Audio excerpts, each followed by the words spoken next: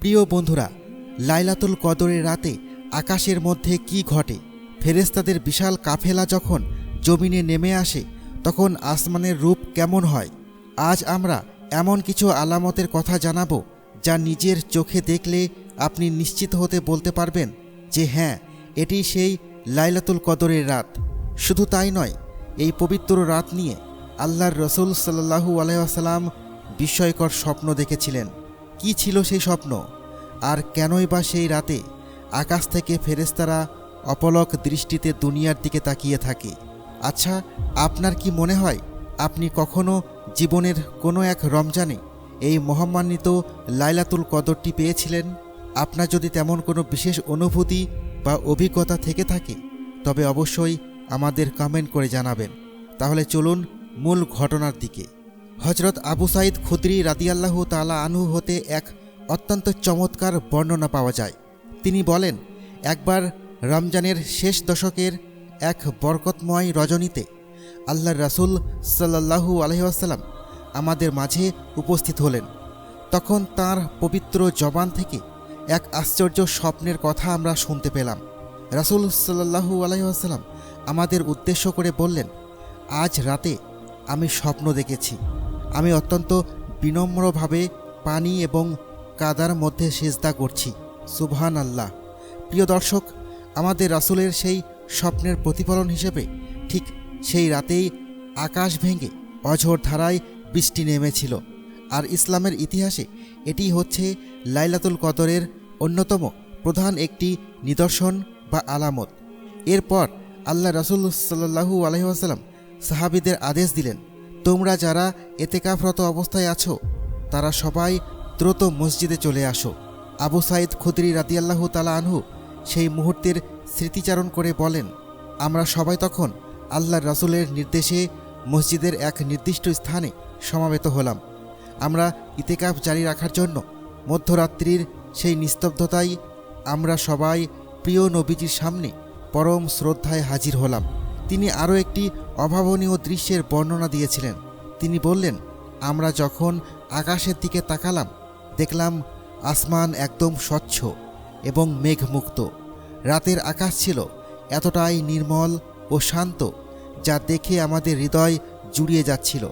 এটিও ছিল কদরের রাতে এক বিশেষ আলামত। কিন্তু বিস্ময়ের তখনও বাকি ছিল। তিনি বলেন, আমরা যখন মসজিদে ইতেকাফে মগ্ন হলাম তখন হঠাৎ করেই একখণ্ড মেঘ আমাদের মাথার উপর এসে স্থির হলো। সুবহান আল্লাহ। পুরো আকাশ পরিষ্কার, অথচ ঠিক আমাদের ওপরেই মেঘের ছায়া। এরপর শুরু হলো সেই কাঙ্ক্ষিত বৃষ্টি। আমরা সবাই জামাতের সাথে সালাত আদায় করতে দাঁড়ালাম এবং স্বয়ং আল্লাহ রাসূল সাল্লাল্লাহু আলাইহি ওয়াসাল্লাম আমাদের ইমামতি করছিলেন। সেই রাতের সালাত ছিল দীর্ঘ, অত্যন্ত ধীর স্থির এবং অবর্ণীয় সুন্দর। আবু সাঈদ খুদরি রাদিয়াল্লাহু তাআলা আনহু আবেগাপ্লুত হয়ে বলেন, আমি আজও আমার প্রিয় নবীজির সেই নুরানি চেহারা মোবারকের কথা স্পষ্টভাবে মনে করতে পারি। যখন তিনি সিজদা থেকে মাথা তুললেন তখন তাঁর কপাল ও চেহারায় বৃষ্টির পানি আর কাদা মাখানো ছিল। সুবহান আল্লাহ। ঠিক তেমনটি তিনি স্বপ্নে দেখেছিলেন। এখন প্রশ্ন হলো, এই রহস্যময় রাতটি আসলে কবে? এক হাদিসের বর্ণনা অনুযায়ী সেই রাতটি ছিল রমজানের 23তম রজনী। যদিও এই নির্দিষ্ট তারিখটি যে লাইলাতুল কদর তার অকাট্য বা নিশ্চিত কোনো প্রমাণ নেই, কারণ এটি মহান আল্লাহ তাআলা গোপন করে রেখেছেন। এই মহিমান্বিত রাতটি নিয়ে সবচেয়ে শক্তিশালী, অকাট্য এবং দলিল নির্ভর বক্তব্য কোনটি জানেন? যুগের শ্রেষ্ঠ ইসলামিক স্কলারগণ এক বাক্যে স্বীকার করেছেন যে লাইলাতুল কদর ঠিক কোন নির্দিষ্ট রাতে আসবে তা আমরা নিশ্চিতভাবে জানি না। এটা কি 21শে রমজান, 23শে রমজান, নাকি বহুল আলোচিত 27শে রমজানের রাতে? বিশেষজ্ঞদের গভীর পর্যবেক্ষণ ও গবেষণার মতে লাইলাতুল কদর কোনো একটি নির্দিষ্ট তারিখের বেড়াজালে সীমাবদ্ধ নয়, বরং এটি প্রতি বছর রমজানের শেষ দশকের বেজোর রাত্রিগুলোর মধ্যে যে কোনো এক রাতে লুকিয়ে থাকে।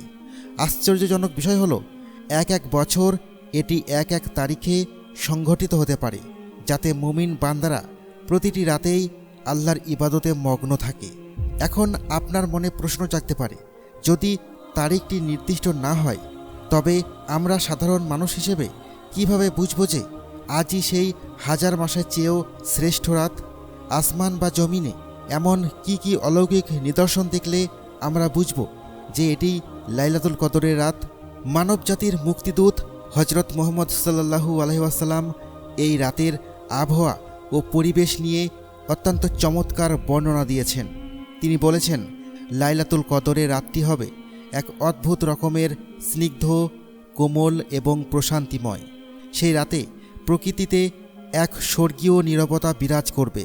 প্রকৃতিতে খুব বেশি হাড় কাঁপানো ঠান্ডাও থাকবে না, আর শরীর জ্বালিয়ে দেওয়া অসহ্য গরমও থাকবে না।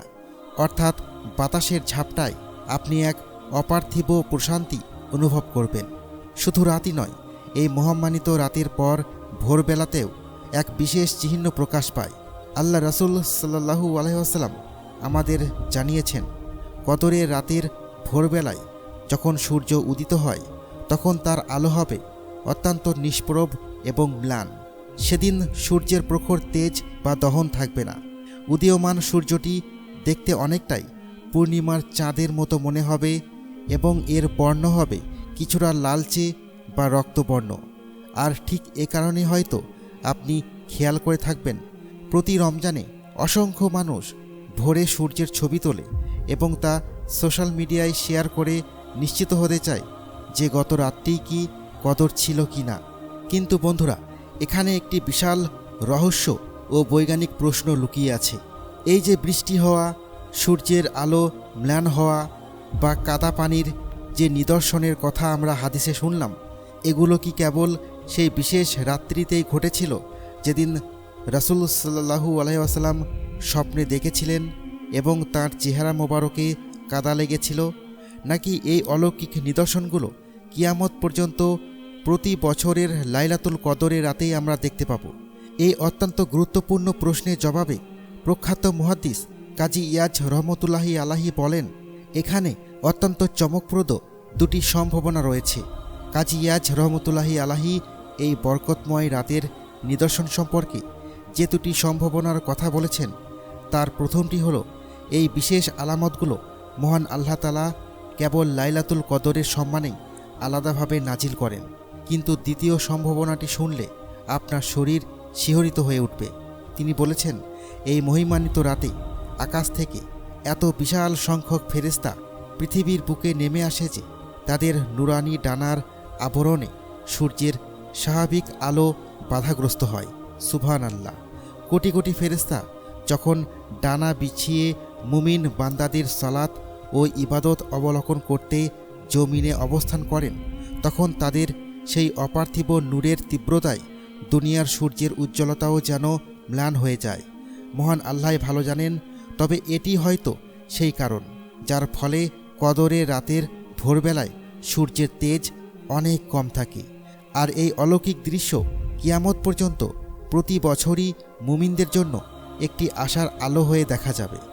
রমজানের 23 অথবা 25 রাতে হয়তো আপনি গভীর ঘুমে মগ্ন ছিলেন, আর ভোরবেলা সোশ্যাল মিডিয়ায় কারো পোস্ট করা ছবি থেকে জানতে পারলেন যে গত রাতটি ছিল সেই মহাম্মানিত কদরের রাত।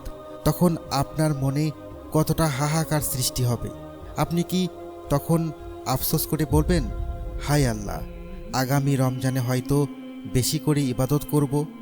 না, এমন ভুলটি করবেন না, কারণ আপনি জানেন না, হয়তো এটি আপনার জীবনের শেষ রমজান।